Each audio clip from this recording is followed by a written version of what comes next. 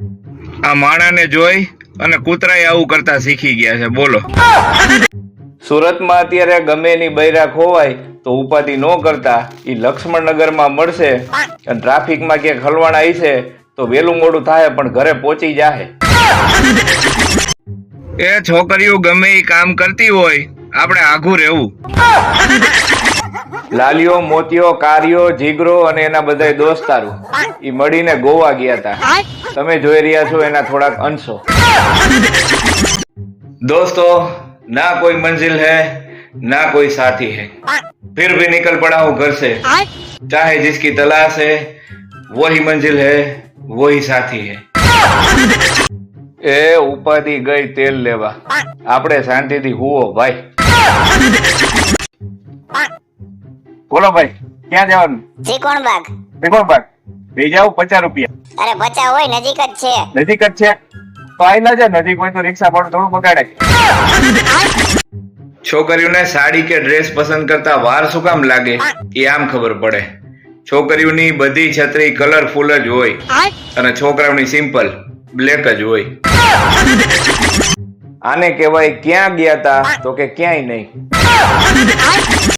બાયુ બોયકટ વાળ રાખે છે અને જણ લાંબા વાળ રાખે છે. તે પાછળથી કોણ જણ ને કોણ બાય ખબર જ નથી પડતી. તો મિત્રો આને કહેવાય બુલેટ ટ્રેન.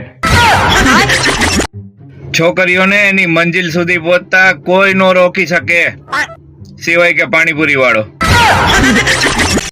દીકરી તો વાલનો દરિયો છે પણ તોય લોકો એની પાસે વાસણ કેમ સાફ કરાવતા હશે? સ્વિમિંગ પુલમાં માવો ખાતા ખાતા જે નાતા હોય ને એ અસલ આના જેવા જ લાગે. ભૈયા ઓર તીખા ડાલના, ઓર તીખા ડાલના. પછી તો આવું જ થાય ને. આને કેરી બનવું હતું પણ ફેમિલી પ્રેશર ના લીધે ઈંડું બનવું પડ્યું. આપણા માટે તો નહીં પણ આ લોકો માટે તો ઝાડવા વાવો. લગ્નમાં દાળ તડકા રાખી હતી અને રસોઈ સમજો કે દાળ ભડકા. પછી તો આમ જ થાય ને. ક્યારેક કર્મોનું ફળ તાત્કાલિક મળતું હોય. છોકરીઓ સીધી હોય તો કે ગાય જેવી અને છોકરા સીધા હોય તો કે ગધેડા જેવો છે. આ ગણિત જબરું તમારું. બહુ પાણીપુરી ખાતી છોકરીઓ મોટી ઉંમરે પાણીપુરીની જાદુગર બની જાય છે. પછી મોઢામાંથી પાણીપુરી ક્યાં ગાયબ કરી દે ને એની ખબર ન પડે. કોણ કહે છે કે બાળપણ સરળ હોય છે? અમુક જવાબદારી ત્યારે નિભાવવી પડતી હોય છે ભાઈ. જે છોકરીઓ સ્કૂટી ચલાવતી વખતે પગ ઢળે છે ને એના માટે ખાસ ચપ્પલ આવી ગયા છે તો લઈ લેજો. દરેક સફળ પુરુષની પાછળ એક સ્ત્રીનો હાથ હોય છે પણ આવી રીતે. કળિયુગ એટલે શું ખબર છે? જે યુગમાં છોકરીઓને બદલે છોકરાઓ કાનમાં કડિયું પહેરવા માંડે ને એને કળિયુગ કહેવાય. ક્યારેક તો એમ થાય કે આ સ્ત્રી છે એ પુરુષ સમોવડી નથી, પુરુષોથી ક્યાંય આગળ છે. બાપાને એના છોકરાઓને લઈ અને એડવેન્ચર કરવાના એટલા બધા શોખ હોય પણ તઈ એની ઘરવાળી એમ કહે કે તું તારે જે કરવું એ કર, આ છોકરાને અહીં મૂકતો જા. ખાડો ખોદે ઈ જ પડે. સ્ત્રીઓ તમે પુરુષ સમોવડી બનજો, બહુ આગળ જાજો પણ બહુ આગળ જઈ અને પડો નહીં એનું ધ્યાન રાખજો. મા બાપ ને એમ થાય કે છોકરા ઘરે તોફાન કરે છે ને હોસ્ટેલમાં મૂકી દે સીધા થઈ જાય પણ આ પરજા ક્યાંય હખણી રહે એવી છે.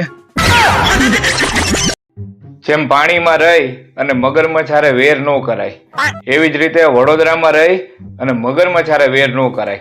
એની હારે દોસ્તી જ કરવી પડે તમારે. ખીચામાં દાંતીઓ રાખવાની ટેવ વાળા કદાચ હાવ ટકો થઈ જાય ને તોય માથામાં દાંતીઓ તો ફેરવે જ. આ માસ્તરોએ કેવા ફેરવીને પ્રશ્ન પૂછ્યા છે એવી ખીચ ચડે છે ને મન થાય છે કે માથાના વાળ કાઢી નાખું. પ્રી વેડિંગ ફોટોશૂટમાં તો બધું સારું જ દેખાય. સાચી હકીકત તો પોસ્ટ વેડિંગ ફોટોશૂટ કરાવો ને ત્યારે જ આવે. હું તો કઉ છું આ રસગુલ્લાની રસમ બધાએ કરવા જેવી છે. એના ઉપરથી ઈ ખબર પડે કે બાઈ ખાઉધરી છે કે નહીં. પેલા આપણી મમ્મીઓ એમ કહેતી કે આ પેપ્સી તો ગટરના પાણીથી બને છે, એ નો ખવાય. અને આપણે ઈ માનતાય. હવે અત્યારની પ્રજા તો કોઈના બાપનું માને એમ નથી. હમણાં બારીએથી ચડી અને બસમાં પેલા જગ્યા રોકી લઉં, પણ હવે બાયણેથી જ જવું જોઈએ.